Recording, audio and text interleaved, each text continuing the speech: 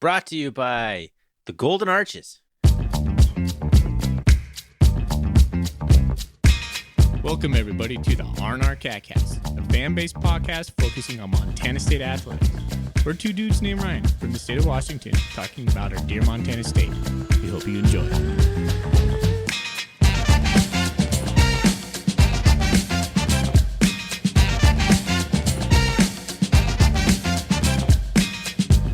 All right, welcome back, Bobcat fans. Thanks for joining us on another episode of the R&R CatCast. I'm one of your hosts, the good-looking one, Ryan Foley. He's your host, Ryan Thornburg.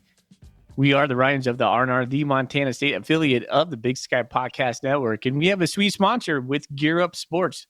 If you're a high school or a middle school coach or a athletic director, and you need some uniforms or player packs, contact Gear Up Sports at www.gearupsportswithus.com, and make sure to mention the R&R CatCast. And I'll also mention, if you're like a business owner and you need some swag for your employees, Gear Up Sports has a line of clothes, Nike and Carhartt, that they can provide for you.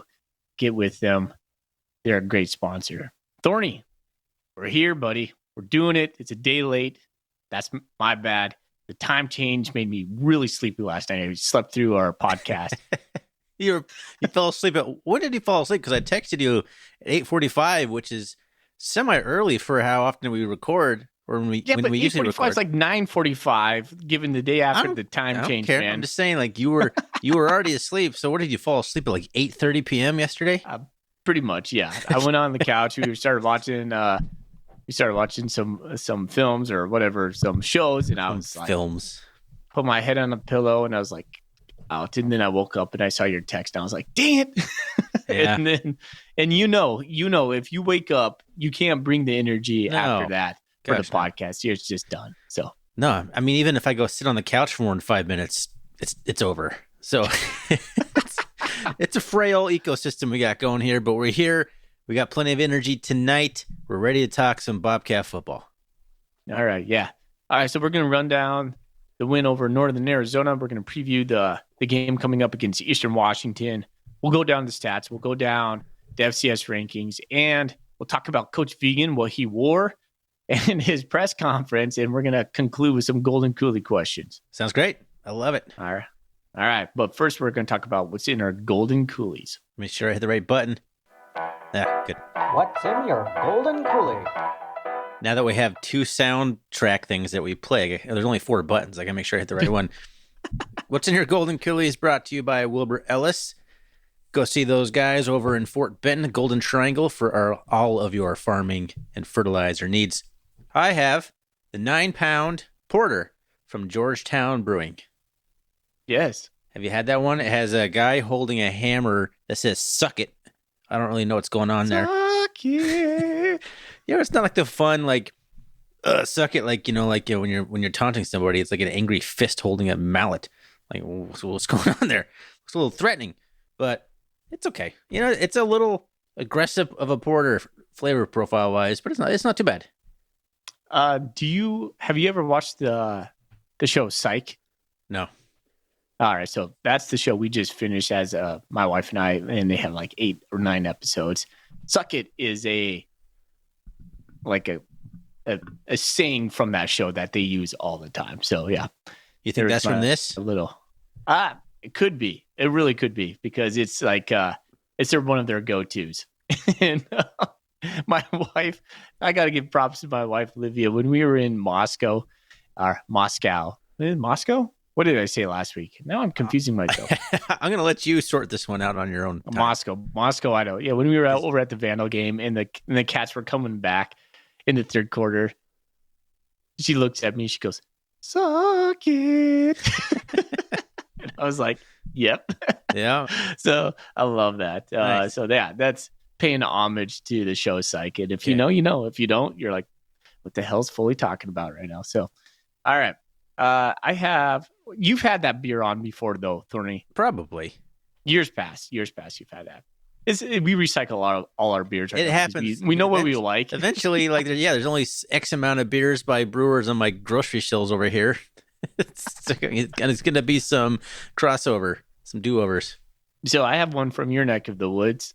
There it is. Red Hook ESB, man. I love it, ESB. I hate that beer. Enjoy. Isn't ESB like extra special bitter, right? Yeah, man. It's like so you know me. Flavor profile of it's a malty and a bitter at the same time. There it is. You would like it, man, because you like malty beers, like ambers. Yeah, you like those. Last time I had ESB, I hated it, but it's been a while, so maybe I'll give it another try. Yeah. Next time. It's hard to justify spending $2.50 for a bottle of beer that I'm gonna hate. Do you even think about it when you buy beer? Because I don't. How much it costs? Yeah. No, but yeah, exactly. But I am not going to choose a beer that I'm not going to like because beer's not cheap, man. It's true. It's true. It's like the little 6-packs nowadays are like $13. Yeah, for like the not in Spokane, they're not. For the microbrews, yeah, mine are anywhere from $11 to $13. Yeah, 11. All right, fair enough. Anyway, all right, okay. Well, that's what's in our golden coolies. Thanks, Wilbur Ellis. Yeah, appreciate it. All right, talk about football FCS rankings. Coming down to this kind of stuff means a lot right now. And South Dakota State remains at number 1. Furman's number 2. Montana's number 3. Idaho's number 4. Montana State's number 5. So there you go. 3, 4, 5. Big Sky Conference right there. And I do believe Sac State went down to a number 11. They were at number 7. They lost to Montana, so they dropped. And North Dakota State's number 13. What poll are you looking at? You know, the FCS coaches poll. Of course I'm looking at the coaches poll. What are you, Bobby Houck? Get that crap off your screen. Yeah, there it is. Okay, so 3, 4, 5 are still Montana, Idaho, Montana State. Sac State's number 9. And North Dakota State's number 12. So not that much difference. No, it's not. I didn't even notice the difference until you said Sac State. I'm like, wait, what? And I was like, is this a case of fully transposing something wrong onto his piece of paper? But no, I think you're just looking at the poll. Wrong poll. All right. So, yes, this is coming down to it because, well, the end of the season is coming up and we're going to talk about the playoffs here shortly. And so all this matters. A lot to be decided in the last 2 weeks. Geez, who did North Carolina Central beat? They jumped from 12th to 7th. To be honest with you, I don't think I've ever heard of North Carolina Central. They've made the playoffs every now and again. They're like one of the Pioneer or NEC teams, one of those non-scholarship teams that always gets an auto bid nowadays, and then he usually gets crushed in the first round against anybody. But I don't know. They're 8-1. I don't know who they beat. They must have beaten someone of a relative importance to make that kind of jump, or a bunch of teams lost. I don't know. But yeah, would you rather play in the Big Sky Conference or the Missouri Valley Conference or something like the Southland Conference? I mean, if we're going to be in a smaller division of football, you want to be in the best of conference in that division.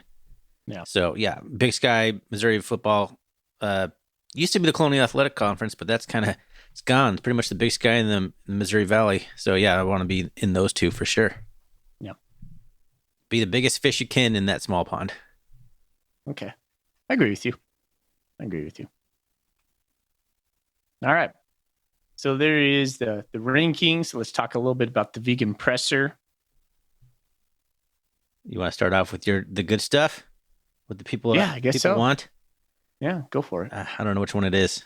And now, Bobcat fans, it's time for F&F Fashion Watch, brought to you by Foley and Fisher, the only two that seem to really care what Brent Vegan is wearing at his press conference.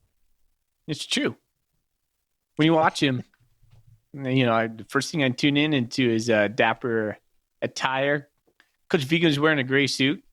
I tried to scroll in. I didn't know if it was a pattern or like a subtle pinstripe. I couldn't see it. I didn't think it was. I just thought it was a gray suit. He had a white shirt on, which if I had to work upon for Coach Vegan, I would go with a light blue shirt. That's just me. He had a blue pattern tie with little circles on the tie. No pocket square, gelled hair. There it is. I don't know why it's so funny. Little tie with little circles on it. Little circles, little bubbles on there. Didn't envision this being part of our podcast journey, but here we are. Little circles on the tie. All right. All right. Well, that's good painting of the picture for the folks who did not watch the presser. Now they know. So let's get into the injury update. Trayton Pickering is questionable. It sounds like he got rolled up on, according to Coach Vigen. According to a couple other players, it was Lonergan. Afterwards, he did a presser. Didn't sound too serious, so I'm guessing Trayton's not going to play. He's on the depth chart, yeah, but I don't think he's going to play. Yeah, I think they said that he's like most likely not going to play. I think the hope is to have him back for Cat Chris. Yeah, Jared White could have played if the game was in question last week. I think Jared White could be back again. I don't know. My guess is Montana State's probably going to hold out these guys unless it's like dire. Like if Eastern Washington is a contested game, and you might see some of these players come back on the field. Not sure. Drew Polidor apparently has broken fingers on both hands. Yikes. Yeah. Coach Vigen said he has more hand troubles than any guy I've ever seen, which seems really weird. I'm like, oh, man. Because Drew Polidor, he makes a big difference when he's playing safety for us. Yep. So, yes, he was wearing the biggest foam cast 2 weeks ago I have never seen. That thing was almost as big as his helmet. It looked like. I know it, but you can't Coach play with the double clubs, though. You can't do it. Just go around Mickey Mouse gloves. Just punch in the air, punching the ball out. Oh, man. So I got a feel for Drew Polidor. I don't know what kind of luck he's going through or bad luck he's going through with his hands there, but wow. Like, yes, we need him back. And then, that's all he kind of said on the injury front. We know some other players have some injuries, but those would be at Taco Dowler. Again, there's like a lingering shoulder thing. We saw him kind of only take punts. He wasn't in the receiving duties. That might be something to watch going forward. But that was about it on the injury front. I mean, yeah, we're a little bit banged up right now. It's going to be important going down the stretch into Cat Grizz and into the playoffs. We're going to have some of these guys coming back. Like, you know, you want your dudes when the game's on the line. So hopefully we can get by Eastern without, having to play some guys who would prefer to be resting. But you never know. Eastern's going to be a game. So we'll see. Yeah. I don't know if we're going to get a lot of these guys back that we think about, although I might be wrong because we hope for a bye week right before the first week of playoffs, right? Mm-hmm. Have some sort of seeding where we don't have to play. That's in line for Montana. I would say, Montana State. I would say if we beat Eastern in whatever happens to the Cat Grizz, Montana State probably would get a seed. I would imagine, yes. Or do you still get a bye if you're not a seed, or is it only seeds nowadays? I think it's only seeds. It's only top seeds, 8. I think we could still squeak in at the 8th seed, 7th seed, possibly. So, yeah, beat Eastern. That's important to have an extra week for guys to heal up. Correct. All right. There's a press conference. There's a little things I'll sprinkle in here and there when we talk about Eastern Washington, but that's all about I have for Coach Vigen. Okay. Any other news updates we want to talk about? Any players of the week we missed? Not that I saw. Okay. Then no. The one thing I did want to shout out here before we get into the Northern Arizona game is congratulations to Matt Logie on his first career win as the Montana State men's basketball head coach. Got the win over Northwest Indian College? Something like that? Yes, you're correct. Like 103-63, something off the top of my head. But congrats on the first career win. That's always a cool milestone. So congrats. Do we want to talk about what we're going to do on basketball right now? Yeah, we could. So I think we're going to, we'll have some stuff lined up for the basketball season. I don't know how much of the details we want to get into right now, but we're going to try and maybe bring someone on to help us podcast through the basketball season to bring you even more podcasting goodness. I know Ryan and I usually get pretty burned out at the end of football season. So by the time basketball season rolls around, I don't know, but maybe we'll bring someone on to help us out a little bit. Teaser. A little teaser. Look for teaser. Yeah. Look for that in the coming week or weeks. I'm not sure. We're still working on the details. But Sounds good. Can you believe in 1 week we're going to be podcasting about Cat Grizz? That'll be our next preview episode. We'll be talking about the Grizz. You going to come out to Spokane to watch the game? Maybe. Really? I mean, maybe. I know, let's just say it's my turn to get a weekend away in the household. That could be potentially arranged. 2019 all over again? Yeah, that was fun. That was good luck. It wasn't that long ago. Goodness. Yeah, it was, man. It was. Time flies by. We've been doing this podcast for 5 years. Crazy. Are we that much better than when we started? We sound better only because I've gotten better at audio quality. I'm not sure we're any better as personalities. We have a good flow. We match each other well. You're the pragmatic guy. I'm the emotional guy. We need each other. It works. It's a good dynamic. All right. Okay. Let's get into, well, the stats, man. This is your wheelhouse. Still haven't come up with anything cool here. See, Stats. we need someone else on the team just to be the creative. Because it's not me. It's not you. We barely have time to even podcast and get these things released. The Bobcats come off the loss at Idaho with the resounding win at home against Northern Arizona, 45-21. Felt good to get back in the win column on that one. Bobcats come away with 25 first downs to just 13 for Northern Arizona. Cats were 4 of 10 on third down and 1 for 2 on fourth down, holding NAU to 4 of 12 on third down and 1 of 3 on fourth down. So the Cats' conversion defense was very good in this game. 478 total yards for the Cats, 254 for NAU. The Bobcats passed for 135 yards on 13 of 21 passing for 6.4 yards per pass. So a lot of short intermediate stuff, not a lot of deep shots in this game. NAU was 154 yards, that's it, on 15 of 22 passing. So you held a team to 154 yards on 15 completions. You're not doing too bad. 7 yards per completion, 1 interception.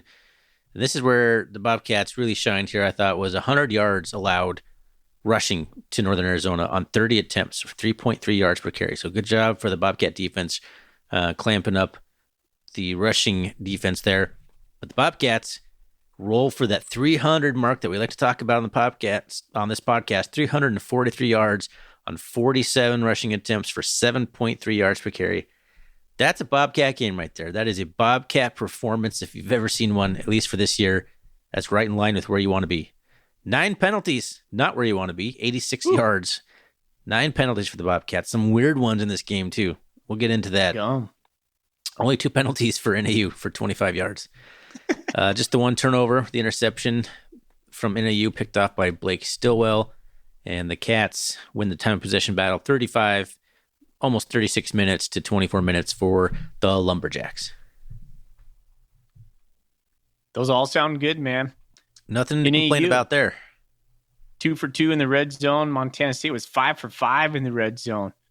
NAU had 1 tackle for a loss for 1 yard. Montana State had 7 tackles for a loss for 24 yards. Let's go. That's what I like to see. Malott was 12 for 18 for 126 through the air, 1 touchdown, 10 for 107, 1 touchdown on the ground. Chambers, 1 for 3 for 9 yards through the air, 7 for 52 with 1 touchdown on the ground. Scottree Humphrey was 10 for 80, 10 carries for 80 yards with 1 touchdown. Julius Davis, my MVP of the game, was 14 for 79 with 2 touchdowns. I love that guy. He's quickly becoming my favorite Bobcat. I thought it was Derek Snell at the very beginning. He's still probably my favorite Bobcat on this team. But Julius Davis is creeping up that ladder this year. He just, absolutely, gosh, he's fun to watch, man. He's so good. Angry. He's so good. Jacob Trimble had 5 catches for 42 yards. Ryan Lonergan had 3 catches, 38 yards with a stellar TD. Man, that guy's got some mitts on him and a pickup off the turf. A bullet from Tommy Malott on a third down conversion. Golly, that guy has just been biding his time. A junior, Ryan Lonergan. Wow. Ty McCullough, 2 for 27, 1 for 7 on the ground. Cleveland was 1 for 13. Casey Kotzman. Hey, there's Casey Kotzman, Butte kid. 1 for 1 for field goals, 42-yarder. What a debut, right? You got to kick a 42, 43-yarder to come out on when all the pressure's on you. Come on, let's go. And he was 6 for 6 for his point afters. Mikayla Riley had 9 total tackles for and a half a sack. Nolan Askelson has 7 totals with 1 tackle for a loss. Lavelle Price Jr., he got back in the game. Come on, let's go. I love me some Lavelle Price Jr. He's playing so good at nickel right now. He had 5 total tackles, 1 tackle for a loss. Seabass had 4 with 1 sack. Zach Cruz had a half a sack, and David Alston had a full sack. Let's go over to NAU. Flores, their main quarterback, was 12 for 18 for only 97. He was 16 for 21 with 1 touchdown on the ground. What's his name? Britt? Come on, that guy. Let's go. 3 for 4 for 57 and 5 for 41. He plays good against the Bobcats in mop-up duty. He only gets mop-up duty against it, but he plays good. I remember the Grizz were all hyping him up in 2000 and was that 19? No, that was last year, man. That was last year.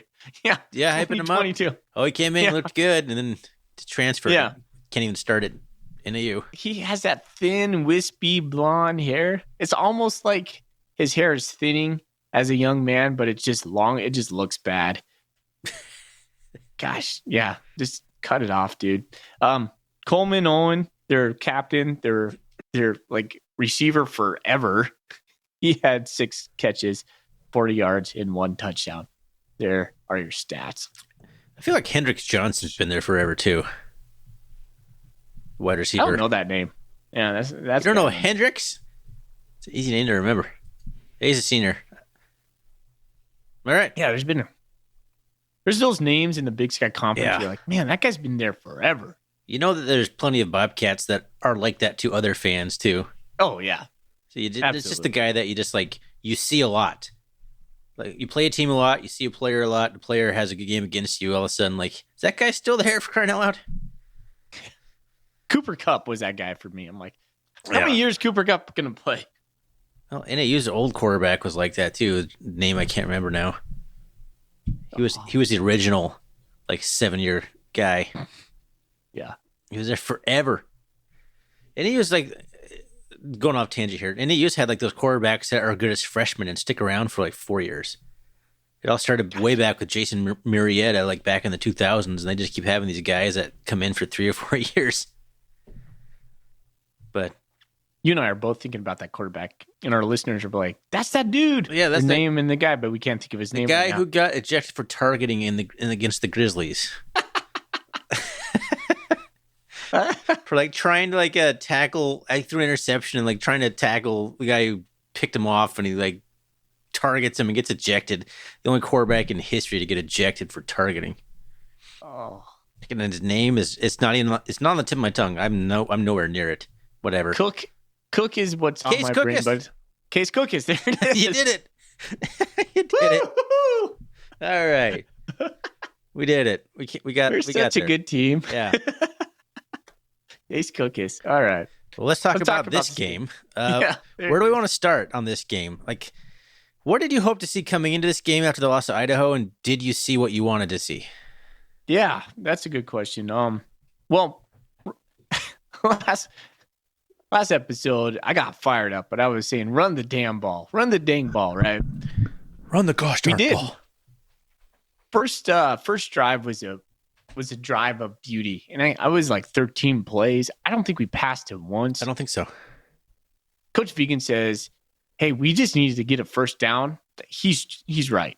He's right. We do need to get a first down. Sometimes that just opens up the playbook. Montana State looked dominant running the ball right down the field, 75 yards, just running down your face. Not only that, they looked multiple in the ways they were running it.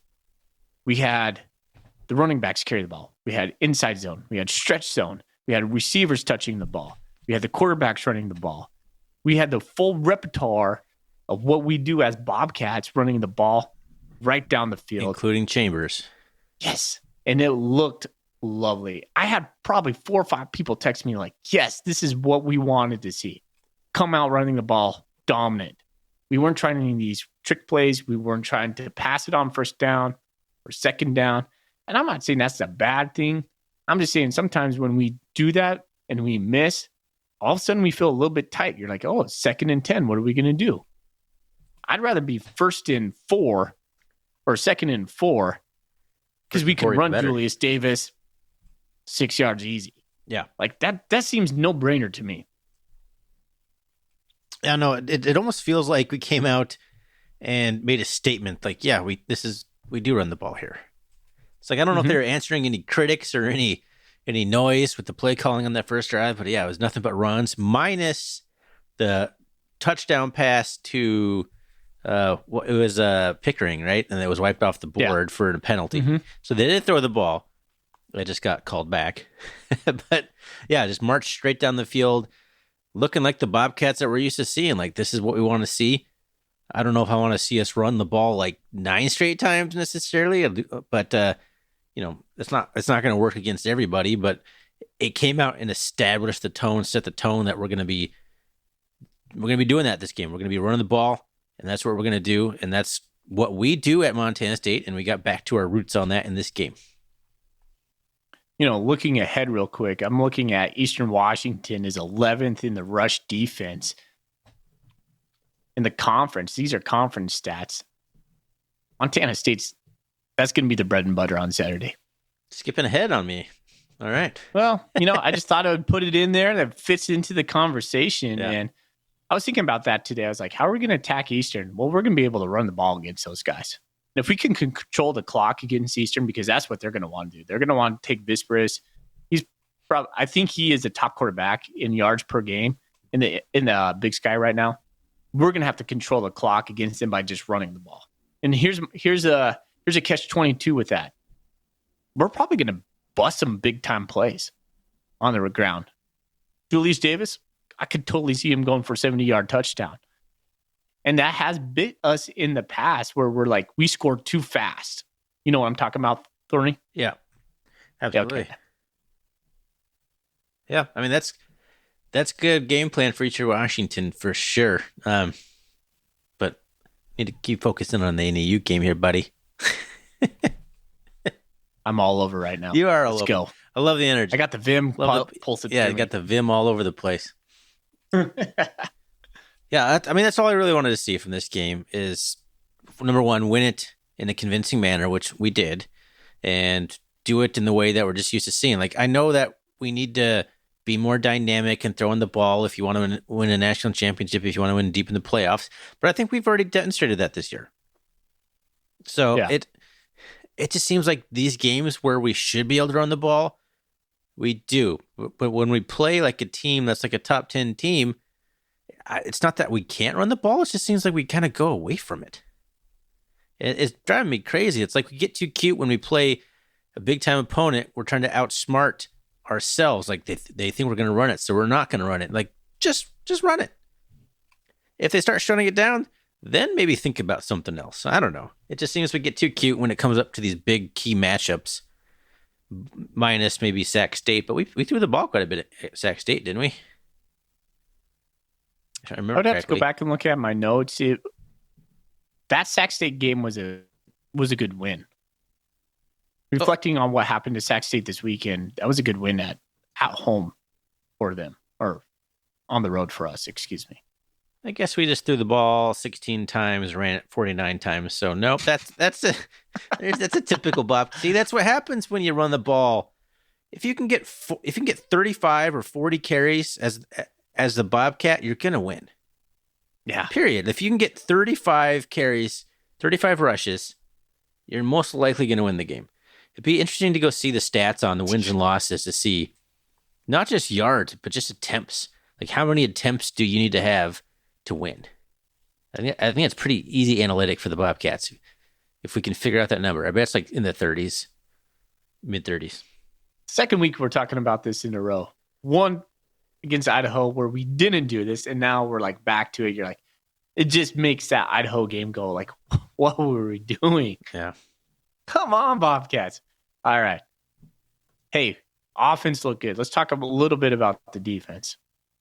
You and I were texting first half. We're like, it felt like we were just giving up these long drives. The continuation from the Idaho game. They had a 7-yard a 75-yard drive that took up, I don't know, maybe 7-8 minutes on us. You're like, is this what we do? Is this who we are? But second half came around, and Montana State showed a little bit of improvement in the second half. Yeah, started the same way as the Idaho game where we forced a 3-and-out on them. But then their next drive, they responded with a 7-minute-plus drive. And my initial thought was like, is this who the Bobcats defense is now? Are we just the team that just gives up these 7-8 minute drives and can't get off the field and just let teams dink and dunk all over us and score touchdowns against us? Like we don't even bend or bow up at near the goal line and force field goals. Like they just do that all the way down the field and then also score a touchdown. It's like the worst you can do. Like I'd rather just give up like an 80-yard touchdown pass. I'd rather do that because at least our offense can then turn around because their defense is tired and our offense can turn around and start doing their thing. When our defense is on the field for 7 minutes at a time and gives up 7 points, it's tough to overcome that. It's tough to overcome that, and teams are going to try and do it on us. People say, well, it's because Danny U's out. It's because Drew Polidor's out. And you might be right. Doesn't but help. If our defense production hinges on two players, that's some big questions. No, and those are two good players, but they're not like all American. Like you're not a guy that like you can't replace necessarily. They're really good players. Don't get me wrong. It's like, but we're not a team that relies on any one single player typically. So to have two important players be out and to have that big of a drop off just seems there's something else. It has to be something else going on. It's a scheme thing. It's a scheme thing. I don't think we're using the best scheme for what we're doing. It seems like we are not being attacking when we're being more reactive. And I'm curious to know why that is, because this wasn't the thing that was happening earlier in the year. Now, are we just in the same defense we've been in all year, and teams have just figured out how to attack it better? I mean, that's possible. But okay, so now we need to make adjustments. We can't let teams just keep doing this. Period. That's what it boils down to. I don't know if it's a scheme thing, if it's a personnel thing, but whatever it is, it's got to be looked at internally, and you got to figure out what's going on.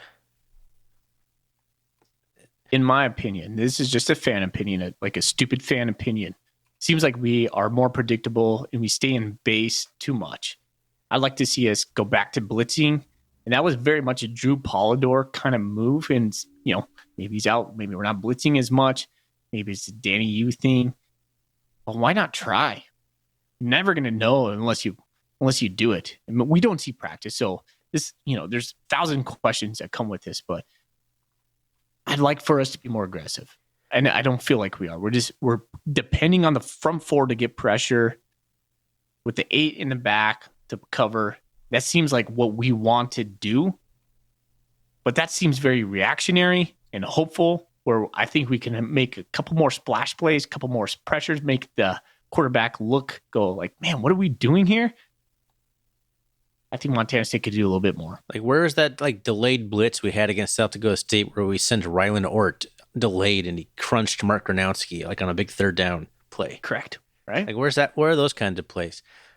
Now, to get it back on the positive track, the defensive line, I thought had one of their better performances in a while.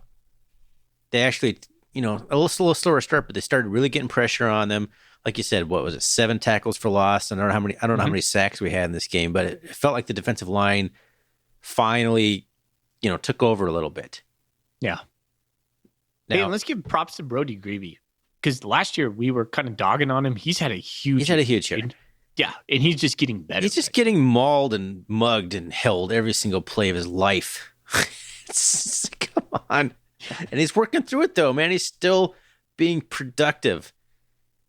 Basically being like just armbarred nonstop. I don't know what you got to do to get a call. But, that defensive line, I thought Seabass showed up. I thought he's been kind of quiet lately. I think he's been eating up a lot of double teams, so he's not getting those stats. But even before that, he was still making some plays. So I think he's been kind of quiet for a few weeks. So it was good to see him kind of get back a little bit in this one. I think he had a half sack or a sack in this one. Don't forget about Kyle Brott and Blake Hill, the second line. Paul Brat? I said Kyle, didn't I? Yeah, you said Paul. Paul Barat. Huge number 96 out there. You look at him, you're like, man, He's a big boy. he is. And I think Blake has been playing above his talent level as well. I think it's the best Blake Heel has played. Now, maybe it's because he's not playing a lot, so he can come in and just kind of go hair on fire, knowing he's going to get subbed out. But he's playing well. Coach Fegan said he was hurt last year. He came back. He had back surgery. Oh, He said he came back as a new man. well, there you go. Yeah. I want to see a sub more. That's one thing that's been disappointing to me a little bit this year is it seems like we were going so deep in that 2021 season where we went all the way to the national championship. It just seems like it's basically like we have 5 guys that play. We have Kenneth Iden who comes in a little bit. Other than that, it's Grebe, Schmidt, Seabass, and Seymour that are doing like 90% of the snaps. Yeah. Alston plays a lot. Blake Heel, Paul Barat, Zach Black's hurt. Which is So there's a noticeable difference right there. Yeah. So yeah, I can see what you're saying. It's just when you're playing defensive line, you just have to be big. You have to have the size. Like having 10 guys to go, that's pretty generous. it's tough, but I mean that's just kind of what Zach the Cruz. premier teams have been doing in the FCS. It's hard to do because there's, if everybody had that depth, then there would be more parity. But Yeah. I think we do have some of that depth. I just want to see them play more. Going into the offseason, then that's conversation down the road out. Obviously, defensive line depth, linebacker depth. That's where I'd like to see us get better. Linebacker depth has got to be boosted a little bit for sure. Yeah. I just want more speed. You really start to think about, man, Troy Anderson really fit the role in our defense. Yeah, Of course we're he did. We're never going to find a Troy Anderson ever Exactly, again. but Never. you could find a guy with some range. Yeah, he's going to be 215. Well, He's not going to maybe be that works. 245. Would that work? Would 215 or 220 work in our defense? Probably. I mean, you basically just have a slightly bigger safety. Mm-hmm. That's what I'm saying, man. Ryan Forrest would have been a great linebacker in this system. Oh my gosh, get off of that. Ryan Force was awesome. He would be a good. That's just straight fire. That's facts. He's like 6'1", 220, man. He'd be like perfect for this discussion. K-9-own. Yeah, he could do it. Yeah. Well, maybe Eli Abbey's going to be the guy who kind of, once he gets a little bit more long in the tooth, he'll be able to make some plays. Nicholas Sane. Nicholas Sane, what? He could have been a linebacker in Yeah, this it could have been. defense. Who was that? We had that running back. We had a linebacker who switched to running back. Isaiah Tato. You remember him? Tatao, I believe. This is Yes. like the vaguely. late Kramer ears. I think he played under Ash for a year or two. He was a linebacker, and they switched him to running back one year because we had like nobody else or something. Hmm. He was like 6'1", 225. He was a big ass running back. Chad Newell. Yeah. Would have been. All right, we're going way off the rails here. It's fun, man. It is fun. I mean, Anyways, the only thing I didn't like about this game was, I know we're sounding negative again, but I just didn't love giving up 14 points in the fourth quarter. That last touchdown was garbage. That was frustrating. yeah.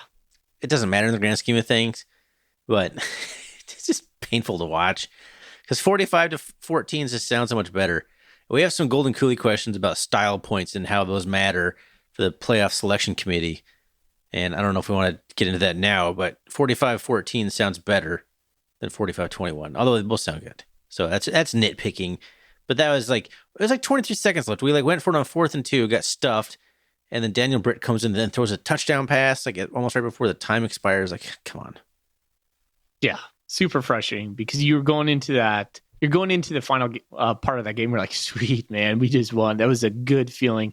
And then you watch that, you're like, dang it. It's like getting kicked in the shins when you had a good day.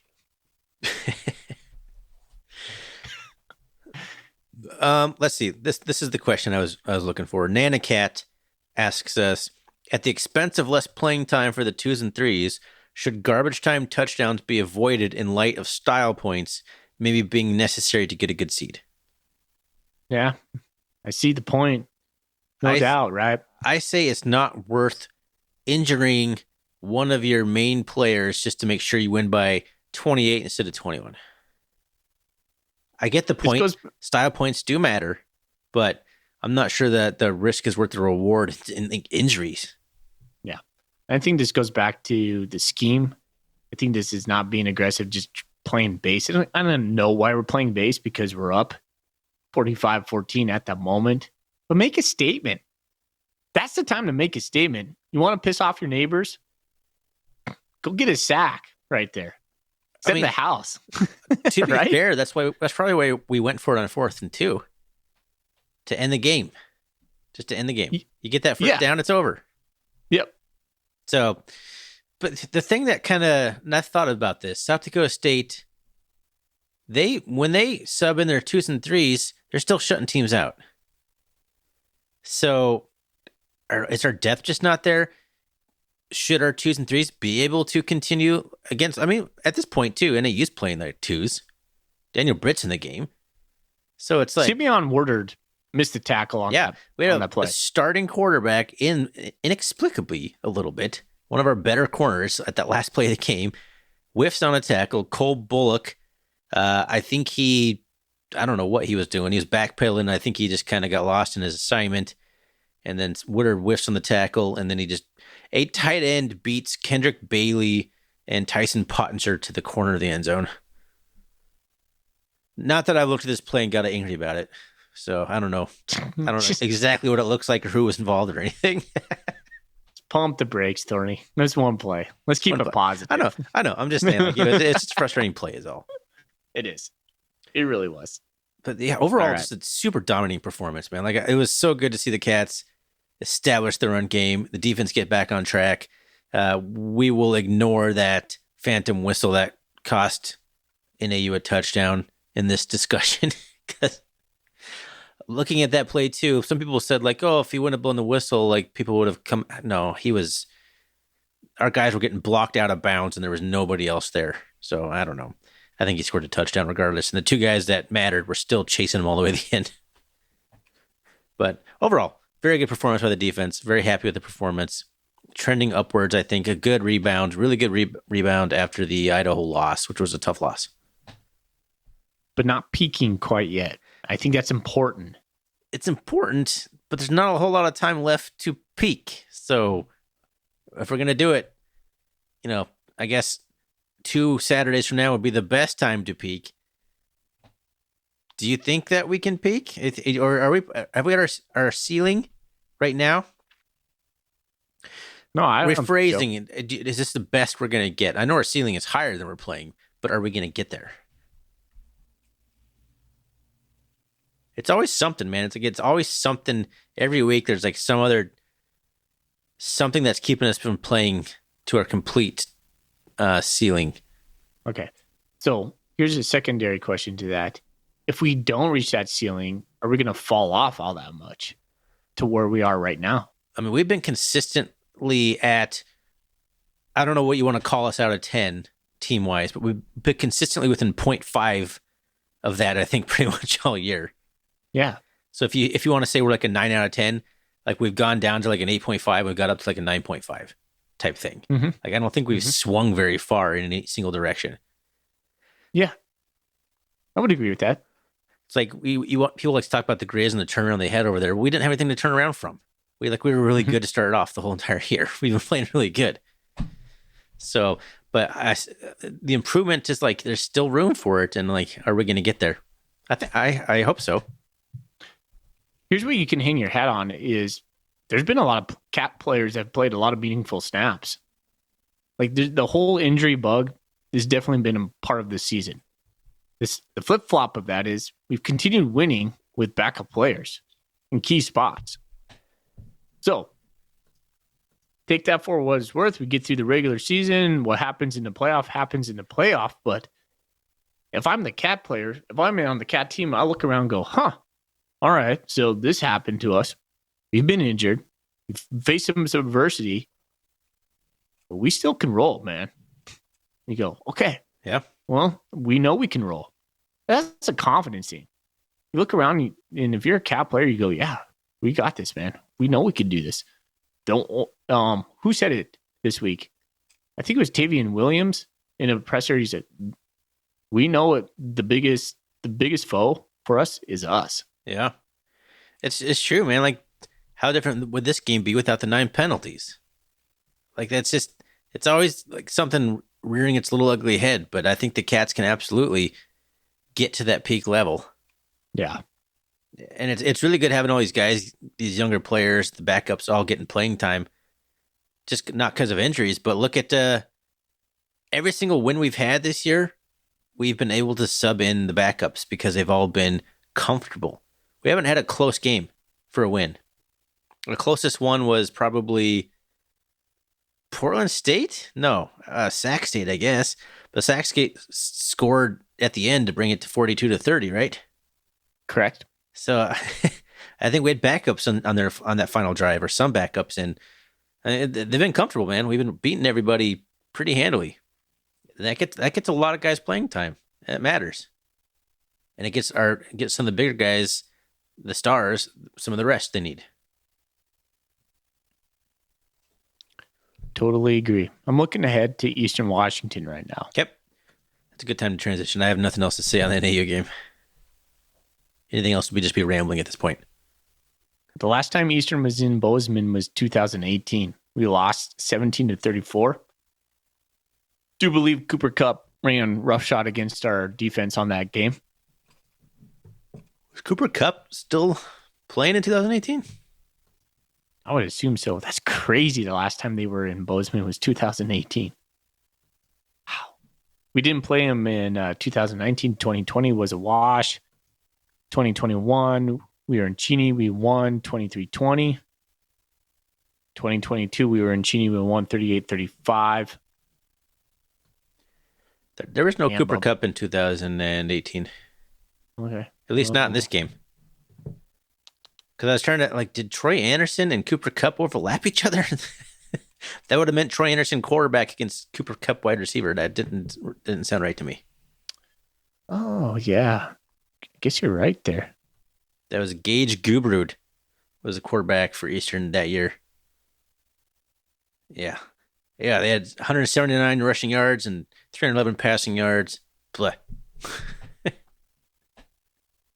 Before we won in 2021, we lost 1, 2, 3, 4, 5, 6, 7 times in a row to Eastern.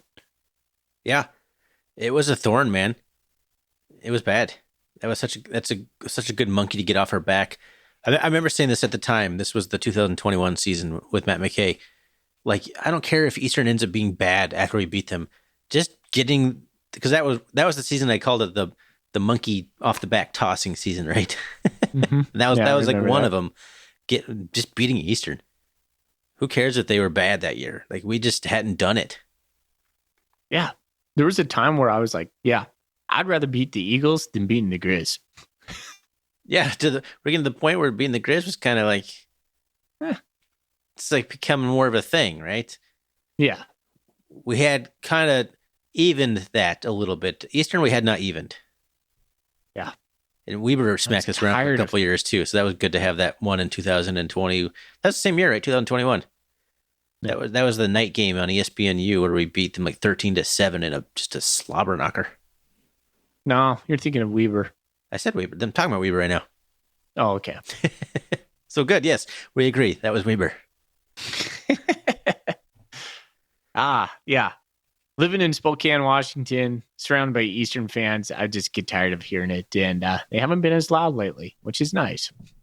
Well, yeah, so let's review their season real quick here. They are sitting 4-5, so they're still playing for a winning record. They're out of the playoff picture, but if they win out, it'll be 6-5 with a winning record. They'll have to feel kind of good about that, which is crazy to say that you'd feel good about that as an Eastern fan, but they've had a couple bad years, or at least one bad year. I don't remember 2 years ago.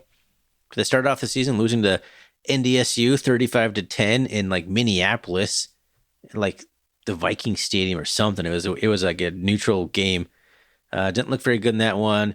But then they come back and take Fresno State to overtime, and Fresno State's been in and out of the top 25 in the FBS. So that looked like, okay, Eastern, they got some juice. Then they beat Southeast Louisiana 40-29, who at the time was a top 25 team. And I believe they've gone on to be very bad. That was like the key win for Eastern, though, at the time, hanging their hats on that one. Then they beat UC Davis 27-24.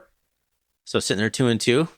I know I had predicted them to be almost like 0-5 at this point. They had such a rough first 5 games. Then they lost to Idaho 44-36, so not a bad showing there. This is where things kind of fell off for them. Like, they were still doing okay.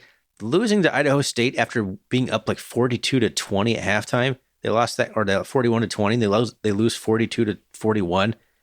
That was brutal.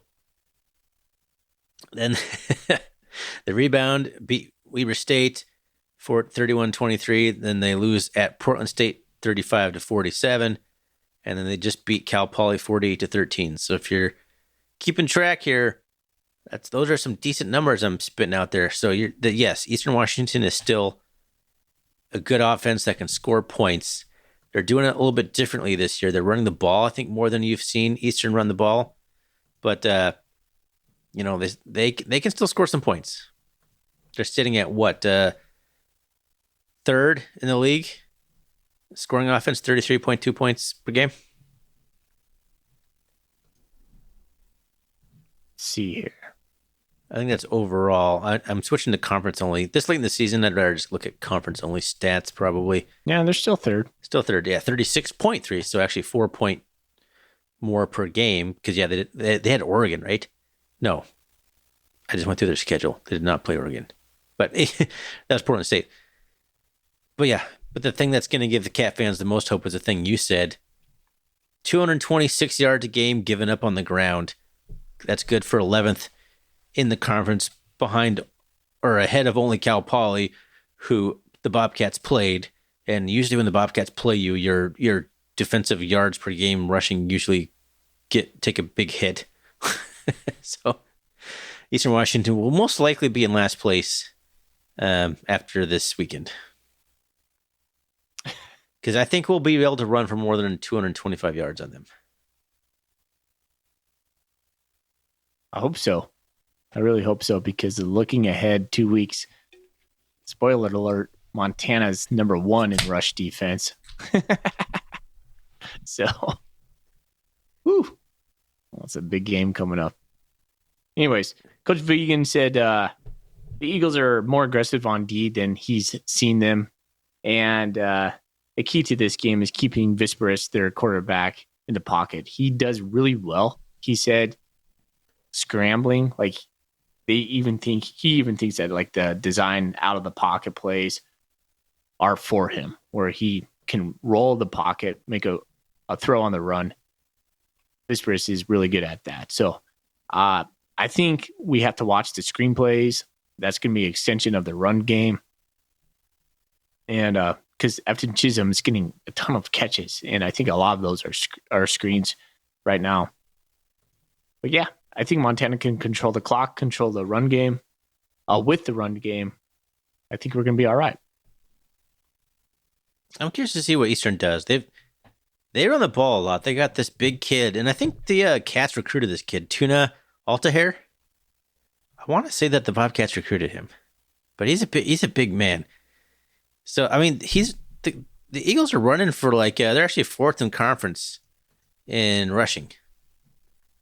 Which like when have you ever seen that? They're rushing for 183 yards per game on 4.6 yards per carry.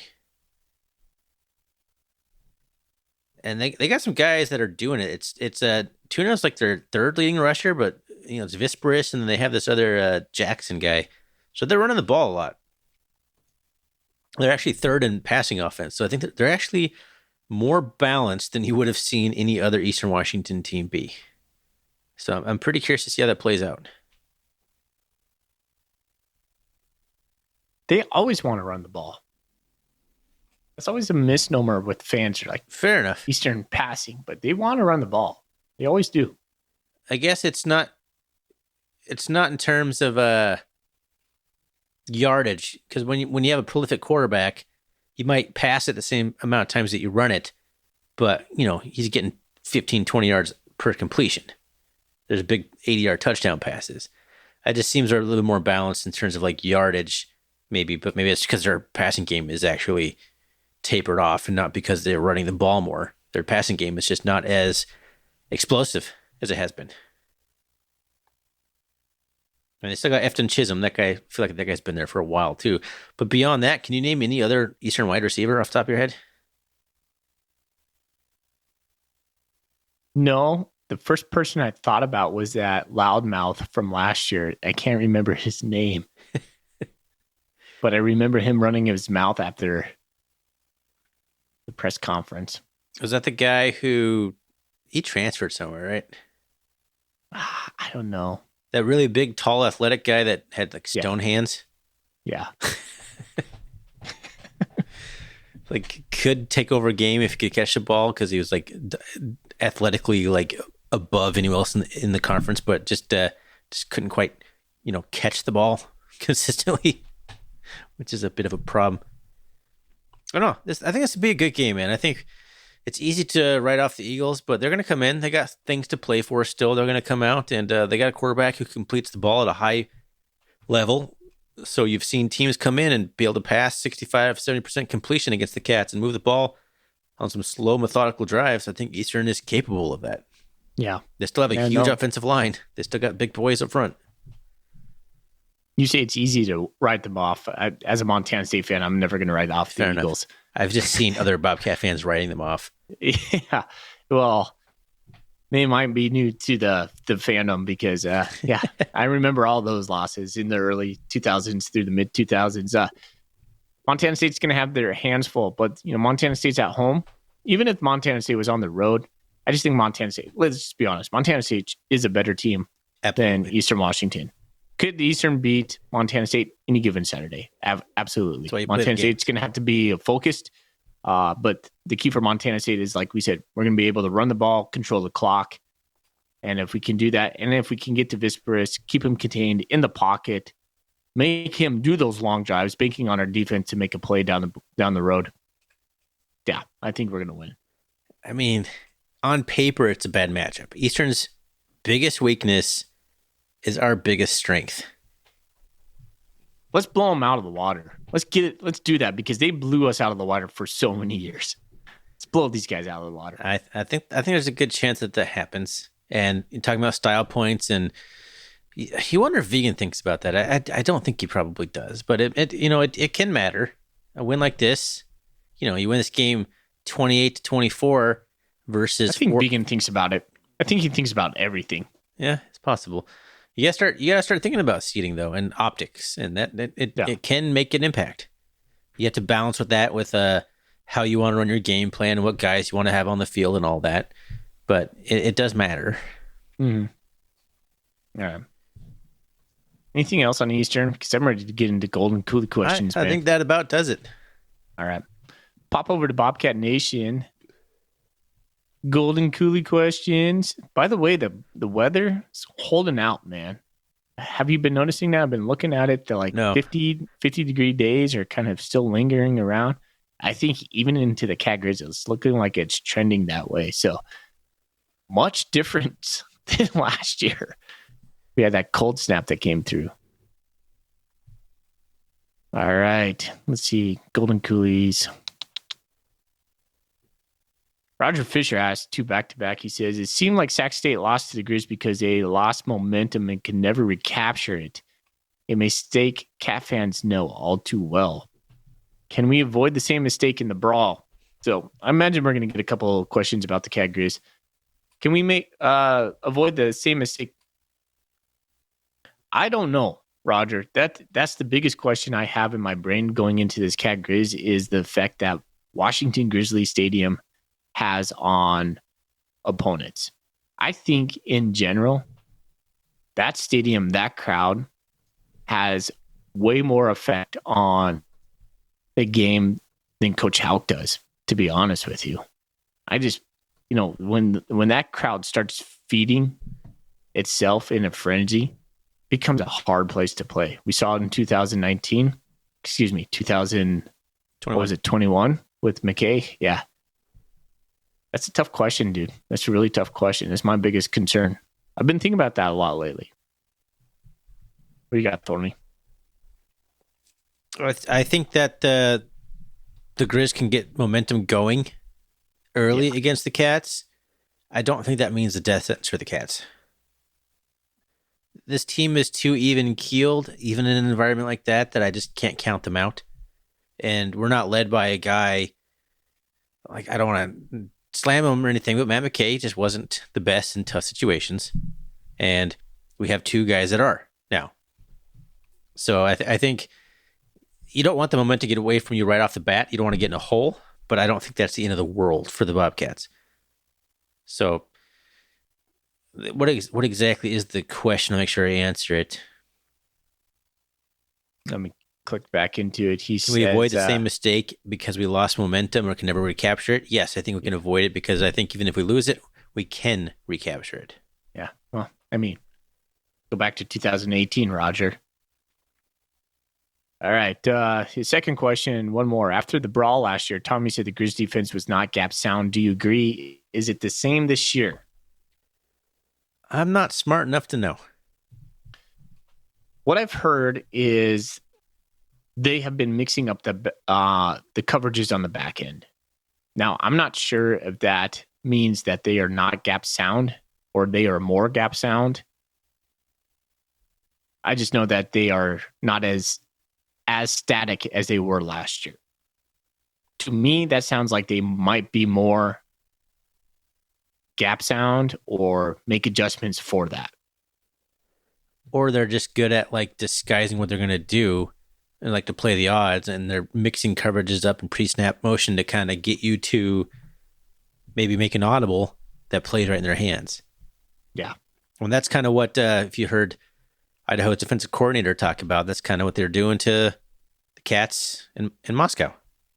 They were confusing everyone, confusing Tommy, and making him do stuff that maybe he thought was there, what wasn't actually there. So I don't know if it's gap sound necessarily is going to be the problem. I think it's going to be making the right reads and keys and seeing trying to read all the pre-snap stuff that the Grizz are going to do. So I don't think the Grizz are necessarily gap sound. I just think they just pick a side and pick some spots and just blitz you and try and make you make bad decisions. And if the Cats can make good decisions, I think we can end up with a good rushing performance and a victory. Good question. D. Brew, MSU. Will Julius Davis go 200 plus when the Grizz piss him off on the first series? Just looking ahead a little bit. I think everyone's looking ahead. Clearly, if we're looking at the Golden Coolies, I think every single question is about the Grizz on here. Except for Nan and Cat, who had the style points question. If we give Julius Davis the opportunity to get that many yards, yeah. We won't. I don't know. Thorny, I don't necessarily agree with that on that.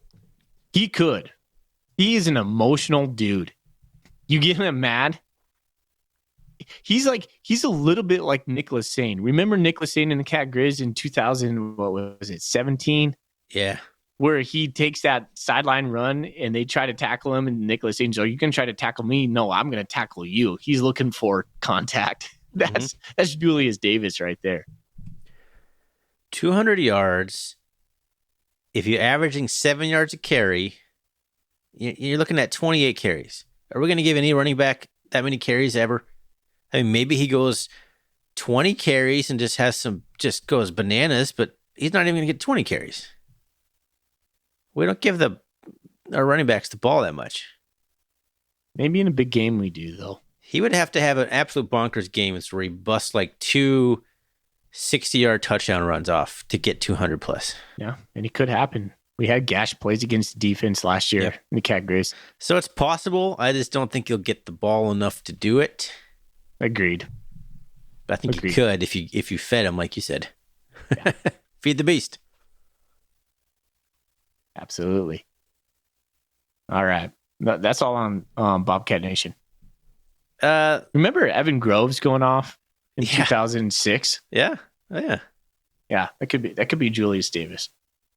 This is kind of a funny question, and I could say this for next week, but do you remember 2006 being warm? Do you remember that the field? It was like a warm, like 56, 60 degree day, and the field got super sloppy. It's Yeah. when we had grass still. Yeah. Got sunburned on that day. It was awesome. I We love lost that game, day. right? No, we won. 2006? Yeah, I think it was 2006. It might have been 2005. It was Might be getting my 2005. years mixed in. Well, who was quarterback? Would have been Lule. That'd be 2005 then. Yeah, okay. That was his final year. Okay. I'll try this question again. I'm lagging. I can tell I'm lagging. Let's finish this off. We had a funny email that I wanted to read to you here, and I think I sent you the picture of it. This is from a Grizz fan. Grizz fan, he's a fan of the podcast. He said after listening to the last podcast, so this would have been after the Idaho game, he says, Foley, if I offered you a ticket to the Brawl of the Wild, would you be interested? He's playing those 1-4, 0-3 game odds that you're going to be the bad luck. So he's inviting you to Cat Grizz because he thinks that you'll be the bad luck for the Cats. So would you take a free ticket to the Brawl in this scenario? Under these pretenses? No, I wouldn't. My sister already offered me one. I just think I'd probably get in a fight.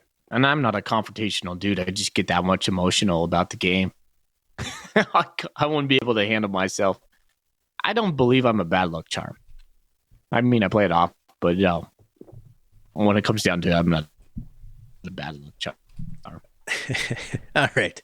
Just had to read that. That's pretty funny. That was from a guy named Derek. Sent it to our email. I thought that's pretty funny. Wanted to give him some airtime here. Thanks for listening, Grizz fan Derek. All right. Anything else you want to cover here on this episode? No more Golden Coolie questions in the X universe? I didn't put anything out on Twitter. I don't know if I got some random ones or not but I don't know. I don't think there's any on Twitter. All right.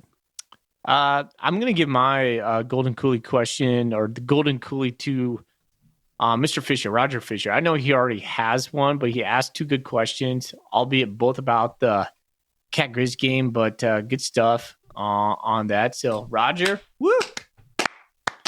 Roger, I'm going to leave it up to you, man. If you want another Golden Coolie, for sure we'll send you one. If you want me to send it to somebody else, just get a hold of us, and we can make whatever you want happen, sir. All right. Well, I think that about does it for us. Thanks, everyone, for listening to this week's episode. Thanks to Gear Up Sports. Man, I had a brain fart there. For being our awesome sponsor for this year. Thanks to Wilbur Ellis for sponsoring the Golden Coolie segment. You can always find us on the web, rrcatcast.com. You can find us on Twitter at rrcatcast. Oh, speaking of Gear Up, make sure you check out catcast.gearupsports.com, right? Did I get that link right? There is our merch store. You can buy some R&R gear there. Well, that'll do it. Let's get out of here. Go Cats. Go Cats. Go Cats.